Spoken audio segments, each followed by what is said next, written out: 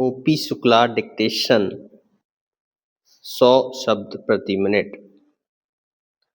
उपाध्यक्ष महोदय, इस नए 20 सूत्री कार्यक्रम में भी शिक्षा के ऊपर काफी जोर दिया गया है।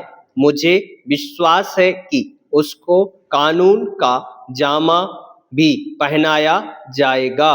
कानून का जामा अगर पहना दिया जाए तो उससे एक लाभ यह होगा कि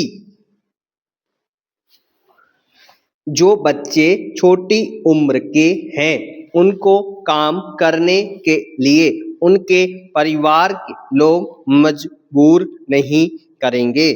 मैं आपसे एक और निवेदन इस संबंध में करना चाहता हूं। मेरा यह विश्वास है कि माननीय संसद सदस्य जब इसमें हिस्सा लेंगे तो जरूर उस पर प्रकाश डालेंगे। मैं निवेदन करना चाहता हूं कि आज देश में अलग रहने की भावना बढ़ती चली जा रही है। आज स्थानीय दल केंद्रीय दलों से अधिक मजबूत होते चले जा रहे हैं। आज भाषा को लेकर विरोध है। भाषा कभी भी विरोध का विषय नहीं होनी चाहिए। भाषा के विषय में तो मेरा यह विचार है कि जितनी आसानी से बच्चा अपनी मातृभाषा में शिक्षा को ग्रहण कर सकता है, उतना विदेशी भाषा में नहीं। विदेशी भाषा चाहे कितनी लचीली क्यों ना हो, चाहे कितनी विकसित क्यों ना हो, उससे बच्चे का विकास नहीं हो सकता। बच्चे की बुद्धि का विकास जितना उसकी मातृभाषा में किया जा सकता है, उतना विदेशी भाषा के आधार पर नहीं किया जा सकता है। मेरी यह भी प्रार्थना है कि इस देश में विदेशी भाषाओं को प्रोत्साहन मिले।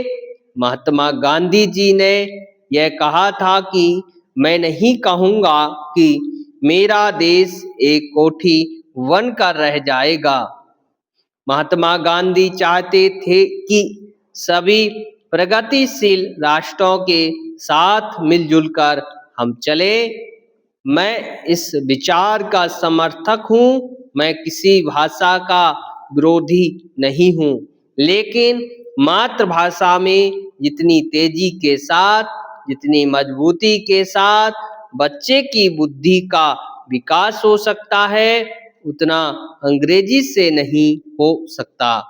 तमिल भाषा के बच्चे की बुद्धि हिंदी या अंग्रेजी से नहीं बढ़ सकती। इसी तरह से मराठी और बांग्ला भाषा का इन तमाम भाषाओं में ऊंची से ऊंची शिक्षा बच्चे को मिल सके, इस तरह की व्यवस्था भी आज हमें करनी होगी। पैराग्राफ से उपाध्यक्ष महोदय, मेरी यह मान्यता है कि जापान आज जापान नहीं बनता अगर यहाँ की शिक्षा जापानी भाषा में नहीं होती।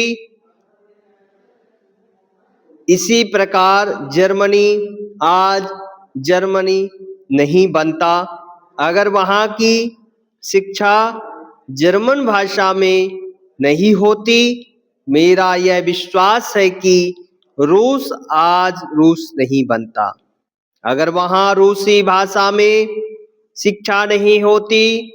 इसी तरह भारत में जब तक मातृभाषा ना हो तब तक भारत विकसित नहीं हो सकता। उसके बच्चों की बुद्धि का विकास करके उसको आगे नहीं खड़ा किया जा सकता जब तक कि यहाँ के बच्चों की शिक्षा उनकी मातृभाषा के जरिए ना हो। इसलिए जहाँ यह शिक्षा की प्रणाली 18 वर्ष के बच्चों को अनिवार्य हो, वहां यदि इसके लिए आवश्यकता पड़े तो संविधान में संशोधन करना चाहिए।